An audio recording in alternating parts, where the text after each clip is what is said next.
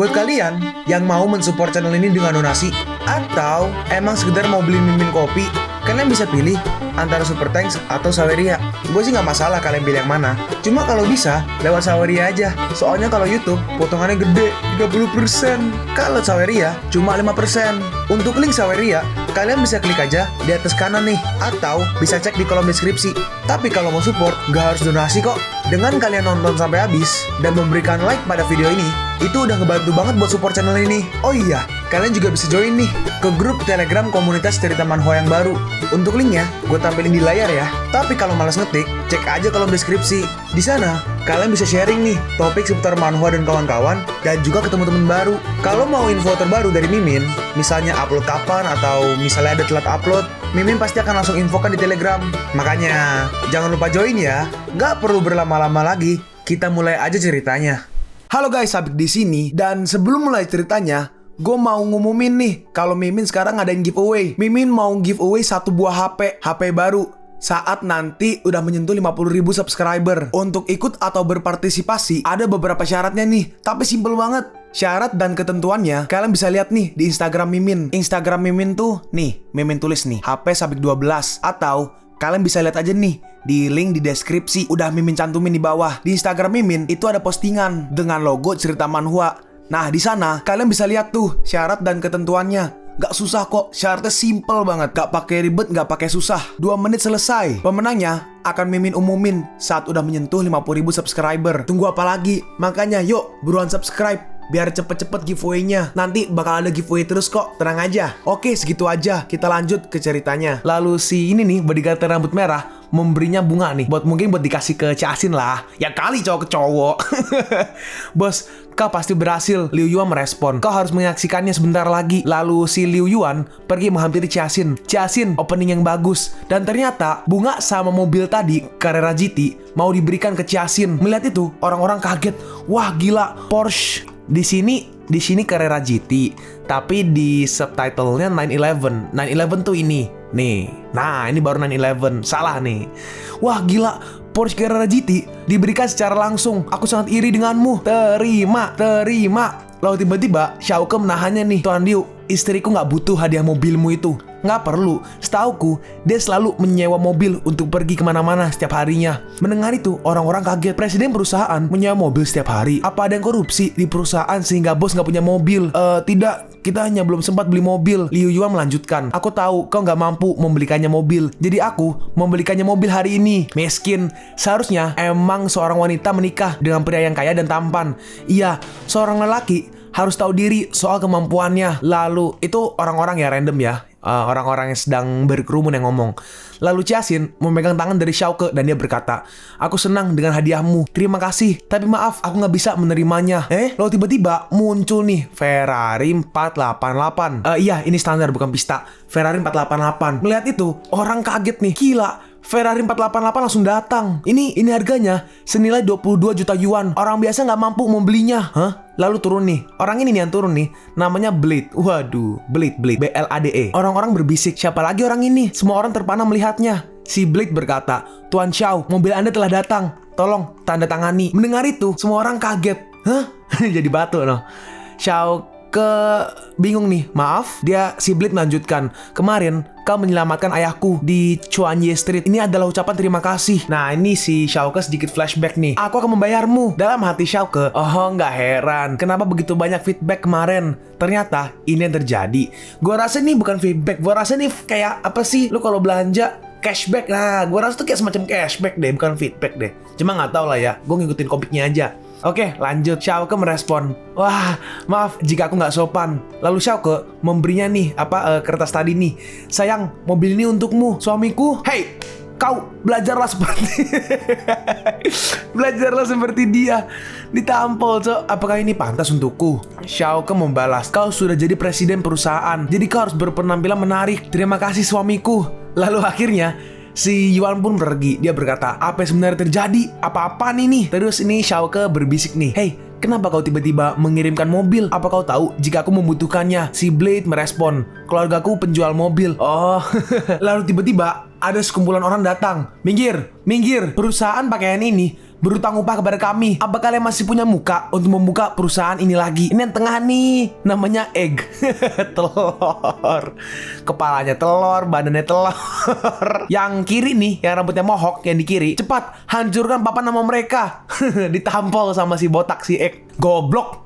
Waduh, kita di sini untuk membuat rumor. Jangan bikin acara sendiri. Lalu Ciasim maju. Diam, omong kosong kau. Cantik, sabar dulu. Kalau kau ingin kami tutup mulut, ada harga yang harus kau bayar. Kita butuh cuci mulut, bos. Lalu tiba-tiba ada mic mencelat, kelempar tuh. Mencelat. Kelempar dan masuk ke mulut si egg. Apa ini bisa menutup mulutmu? Gimana rasanya, Kau, hei, ayo, bunuh dia sekarang. Aku datang, tapi Xiaoke menahannya. Stop, ini hanya masalah sepele. Ayo sini kau, kalian, kemarilah. Kita melihat nih, Xiaoke langsung maju membantai mereka semua. Seharusnya kau nggak datang ke sini. Tolong aku. Aduh, gelap. Aku nggak bisa melihat apapun. Suamiku, kau hebat sekali. Hebat juga. Xiaoke menghampirinya dan bertanya, siapa yang menyuruhmu untuk buat masalah di sini? Apa kau pikir aku akan memberitahumu? Bangs. Lalu kepalanya dihajar lagi sama ditendang oleh Xiaoke. Si Egg berkata, aku bilang jangan melawan. Iya, Bos Wang lah. Dia yang membayar kami untuk membuat masalah di sini. Lalu datang nih, apa kau sedang mencariku? Nah, orang ini nih yang kiri nih adalah Wang Qian. Bos Wang, kita harus berkompetisi secara adil dalam berbisnis. Kenapa kau melakukan semua ini? Si Wang Qian membalas, adil, butuh waktu 3 tahun perang harga untuk menghancurkan bisnis pakaianmu. Apa kau pikir itu semua adil? Bos Wang, kalau kau mau duduk dan berbicara, kita bisa bicarakan soal kerjasama. Ini baru permulaan. Aku akan membayar orang untuk datang setiap hari membuat masalah di sini. Lalu Xiaoke maju. Jangan biarkan anjing ini berbicara omong kosong. Aku akan memukulnya sampai jatuh ke tanah mencari giginya. Wang Qian membalas, Eits, aku akan panggil polisi kalau kau berani memukulku. Lalu tiba-tiba ada yang berbicara nih, Bos Wang, kau begitu sombong. Ternyata itu si Blade. Si Blade maju. Wang Qian bertanya, siapa kau? Saat dibuka kacamatanya, kau, si Bos Wang langsung bersujud. Maaf, aku salah. Aku nggak tahu kalian berteman. Tolong ampuni aku. Keluar dari sini dan jangan berani lagi kau ganggu Tuan Xiao. Jika tidak, kau akan tahu akibatnya. Iya, aku mengerti. Dan akhirnya si Wang Qian pun pergi. Lalu tersisa nih sekarang hanya Xiaoke bersama si Blade. Si Blade berkata, kakek bilang ingin bertemu dengan Tuan Xiao. Baiklah. Dan sekarang mereka berdua pergi sekarang nih pakai 488-nya. Si Ciasim berkata, Xiaoke, sebaiknya kau kembalikan mobilnya cepat. Xiaoke merespon, bukankah ini baik untuk kita? Mobil ini sekarang sudah menjadi milik kita. Jadi aku bisa mengantarmu kapan aja. Jujurlah, dari mana kau mendapatkan banyak uang belakangan ini? Xiaoke merespon, ada seorang wanita kaya yang menunjukkan cara menjadi kaya. Cara menjadi kaya? Tunggu, wanita kaya? Xiaoke, apa kau mau cari masalah denganku, Aku bercanda. Kita melihat nih, pakai Ferrari barunya, syung, widih, nyalip gitu kan. Loh, tiba-tiba dikejar polisi. Loh, dikejar polisi kok berhenti? Pakai 488 kok. Ngapain takut? Dan akhirnya si polisi turun nih menghampiri mobil si Xiaoke. Kau mengendarai mobil dengan kecepatan penuh. Izinkan saya untuk memeriksa Anda. Saat dibuka, dalamnya Xiaoke dan itu polisi yang kemarin. Kau lagi? Kemarin telanjang, sekarang ngebut. Apa kau sedang depresi? Mendengar itu, Ciasin agak kaget. Telanjang? Bukankah kau ini polisi kriminal? Kenapa kau malah menangani lalu lintas? Sebagai seorang polisi, jika melihat tindakan yang membahayakan orang lain, aku harus mengatasinya. Dalam hati si polisi, sudah 2 kali aku bertemu orang ini. 3 dong, harus 3. Yang pertama, yang pas habis ngebunuh. Kedua, yang telanjang. Yang ketiga, yang ini. 3 dong, gimana? Terus si Xiaoke berkata, aku baru aja beli mobil, jadi agak sedikit bersemangat. Lalu Ciasin turun bertanya, apa dia benar-benar telanjang? Iya, jalanan heboh semalam. BTW, apa dia agak... Ciasin merespon, dia menantu keluargaku. Si polisi merespon, oh nggak heran. Oh ya, aku ada saran untukmu. Dia seorang menantu pria. Dia sangat depresi. Kemarin telanjang, sekarang kebut-kebutan. Dan aku nggak tahu apa lagi yang akan dilakukan besok. Ini, kau harus memperhatikan kesehatan mentalnya. Kalian melebihi kecepatan. Jika melanggar lagi, maka aku akan menjatuhkan denda untukmu. Baiklah, sampai jumpa. Xiaoke berkata, aku harap aku nggak akan melihatnya lagi. Lalu si polisi pun akhirnya pergi. Lalu si Ciasim berkata, Xiaoke, keluarga Zhou merasa bersalah padamu. Terus, sore nanti kau jemput Xia Yao ke sekolah dan bersiap untuk makan malam bersama keluarga. Baiklah. Dan akhirnya Xiaoke pun pergi ke sekolah. Ngeri ya, sekarang udah pakai 488. Hei, tuh lihat. Ya Tuhan, siapa yang bawa mobil mewah ini? Wah, ganteng banget. Lalu Xiaoke masuk nih. Permisi, kelas 1 301. Oh, baiklah. Aku akan mengantarmu. Hei tuh, pria tampan. Apa dia punya WhatsApp? Apa pria tampan itu udah punya pacar? Kita melihat nih, ada beberapa wanita yang sedang cheerleader.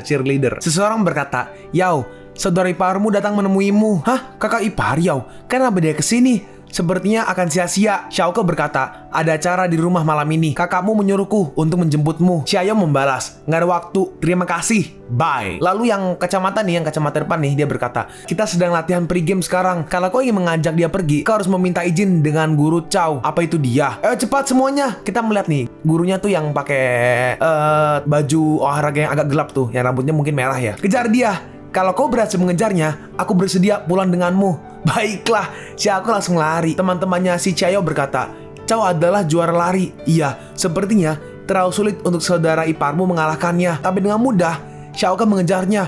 "Hei, siapa itu? Ada Bolt di sini. Halo Guru Chow, aku..." "Hei, bagaimana bisa kau menyusulku?" Dalam hati si Guru Chow, "Kau ingin balapan denganku? Gak mungkin. Aku gak percaya dia bisa menyusulku. Aku juara pertama di High Cheng. Gak ada yang bisa mengalahkanku." Tapi di sini, Xiaoke lari mundur. "Guru Chow, aku di sini untuk meminta izin membawa Chow Xiaoyao pergi." Dalam hati si Guru Chow, "Brengsek, cepat sekali.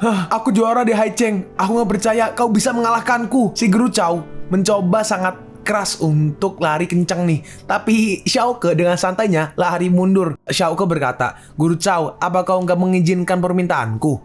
"Hei tuh, Yao, lihatlah kakak iparmu mengalahkan Guru Chow. Apa kau masih bilang kakak iparmu adalah sampah?" "Kakak ipar, ayo semangat. Itu kakak iparku." Akhirnya Guru Chow pun menyerah. Gak mungkin. Ini gak mungkin. Apa ini karena aku belum makan siang?" Dalam hati Xiaoke. Aduh, random, kenapa aku ketawa sih? Dalam hati Xiaoke, guru ini aneh sekali. Lalu si Guru Chow berkata, "Aku akan mengizinkanmu membawa Yao, tapi kau harus bisa mengalahkanku pada permainan lain." Xiaoke merespon, "Kenapa begitu sulit untuk meminta izin?" Nah, yang pertama nih lompat jauh. Yang pertama, berarti ada yang lain dong. Oh iya, terus, ayo. Yang pertama, lompat jauh. Si Guru Chow berkata, "Tuan Wang, martabat olahraga sekolah kita ada di tanganmu." Si Tuan Wang merespon, "Aku akan menyelesaikan ini dengan baik." Hei, aku atlet di tim lompat jauh tingkat nasional dengan 3 medali emas dan 8 perunggu. Lalu mereka berdua bersiap-siap nih. Nah, ini dua-duanya lari nih, jadi kayak barengan. Jadi yang lompat paling jauh dia menang. Nah, kita melihat nih, Xiaoke lari. Dalam hati si Tang ya? Tang apa Wang sih? Tuan Wang. Dalam hati si Tuan Wang, kecepatan melompatnya sepertinya ini buruk bagiku. Kita lihat nih, Tuan Wang cuma kayak nyampe setengahnya doang paling. Dan Chow Fang sampai ujung tuh. Dari beton, lantai ke lantai lagi, nggak nginjek pasir. Hah? Ini apa-apaan? Kakak ipar emang yang terbaik. Mereka semua jadi cheerleader. Yang kedua nih, sekarang lompat tinggi. "Tuan kau harus berjuang demi kehormatan sekolah kita. Kalahkan dia." "Jangan khawatir, aku telah memenangkan banyak kejuaraan internasional dan sudah terkenal. Apa kau udah siap?" Xiaoke merespon, "Apa kau yakin mengalahkanku pada pertandingan final kali ini?" Dalam hati Xiaoke, sekolah ini benar-benar aneh. Hanya meminta izin, harus melawan semua guru di sini. Lalu kita melihat nih, Xiaoke lompat sangat tinggi. Dalam hati Xiaoke, 900 meter. Hah? Kakak ipar pergi ke surga. Beda, pengertiannya beda. Yang satu pergi ke surga tinggi, yang satu pergi ke surga mokat. Wah, tinggi sekali. Dan Xiaoke pun langsung nyampe nih, turun di mattress. Apa sih mattress? Mattress, ya itulah yang kayak busa-busa gitu. Dan akhirnya mereka bersujud. "Tuhan, terimalah sujudku. Kami mengaku kalah." Ya udah, jadi gimana? Izin disetujui. Lalu si Yao akhirnya ikut dengan Xiaoke untuk pergi. Yao bertanya, "Bagaimana bisa kau melakukannya?" Xiaoke menjawab, "Nggak semua yang kita inginkan dapat dibeli dengan uang." Oh ya, lalu tiba-tiba, "Tunggu kakak ipar, tunggu." Xiaoke membalas, "Lupakan, aku udah punya istri." "Kakak, apa kau nggak keberatan untuk melakukannya sekali lagi?" Aku dalam hati Xiaoke, kenapa dia terlihat seksi? Lalu tiba-tiba tangannya si Xiaoke ditarik oleh Yao. "Aku keberatan, ayo pergi." Sial, kenapa kau tiba-tiba berubah? Sekarang dia malah nurut dengan kakak iparnya. Sepertinya itu alasan kenapa dia selalu bilang kakak iparnya itu buruk. Dia nggak mau kehebatan kakak iparnya terbongkar. Dia pikir itu lucu. Kakak iparnya tampan sekali. Lalu kita melihat nih, di depan gerbang universitas ada beberapa orang kayak gayanya kayak rock and roll metal tapi motornya Beat Mio.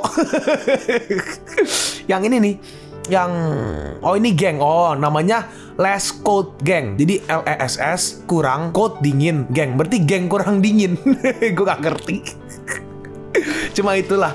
Terus orang yang ini nih, yang rambutnya agak biru nih, yang pakai motor burung nih, dia berkata, "Yau, gimana? Apa kau mau menjadi pacarku?" "Nggak, pergi kau." "Dalam kamus keluargaku nggak ada kata pergi." "Iya, nggak ada kata pergi, nggak ada kata mundur." Lalu Xiaoke langsung menendang mereka. Dan yang satu lagi nih ditendang tapi tepat berhenti di depan mukanya. Xiaoke berkata, "Apa kau masih tetap nggak mau pergi, ha? Jika tidak, apa kau tahu apa yang akan terjadi padamu?" Lemah. Melihat itu, si Yao kaget. Dalam hati Yao, kenapa dia bisa begitu baik? Dan akhirnya kita melihat nih, dia naik motor nih. "Kau mau lari? Awas kau!" Lalu Cao Fang langsung naik mobilnya nih, 488. "Diam di situ, kau nggak akan bisa mengejarku." Dan gila, seperti biasa, karena mobilnya kenceng, nyung langsung cabut pakai motor Beat-ember. Beat-ember mana bisa ngejar? Apakah aku udah nggak berguna lagi? Kejamnya dunia ini. Wah, di mana kamu nyewa mobil ini? Ini sangat keren. Xiaoke merespon, "Mobil ini aku berikan kepada kakakmu." "Hah? Kau serius?" Dan akhirnya mereka pun sampai nih. Si Yao berkata, "Jangan permalukan keluargaku nanti. Makan aja, jangan banyak bicara." Kita melihat nih, orang ini nih adalah kakak Wang Tatong. Tatong berkata, "Sepupuku akhirnya datang juga." Nah, kakak tapi melihat si Xiaoke, dia acuh tak acuh, seorang menantu ternyata juga lagi datang ke acara pesta keluarga. Dan mereka pun akhirnya masuk. Semuanya adik sepupu datang. "Adik sepupu, duduklah. Kita adalah keluarga terbesar di Haicheng." Ini ramai banget nih. Ntar, tunggu gue lihat dulu. Ini yang paling kanan kan ayahnya si Jiaxin, yang kiri ibunya Jiaxin. Yang duduk nih, yang orang tua, dia adalah Wang Paye. Yang berdiri di belakangnya adalah Wang Fen, kakak Wang Lixin. Yang paling belakang, yang pakai kacamata, adalah sepupu kedua Wang Xiaotong. Mereka menyapa Yao, tapi saat Xiaoke, "Halo," gak ada yang menyapa Xiaoke sama sekali. Lalu si Xiaoke disuruh duduk oleh Jiaxin. "Duduklah." Wang Paye berkata, "Hanya ada satu kursi tersisa. Tentu saja itu untuk orang yang asli dari keluarga kami." Jiaxin membalas, "Tapi menurutku Xiaoke lah yang paling pantas duduk di sini. Terima kasih." Kenapa kau lebih mementingkan seorang menantu di keluarga kita? Hati-hati, jangan sembarangan memberikan prioritas pada orang lain. Masuk akal? "Hei, Jiaxin, duduklah.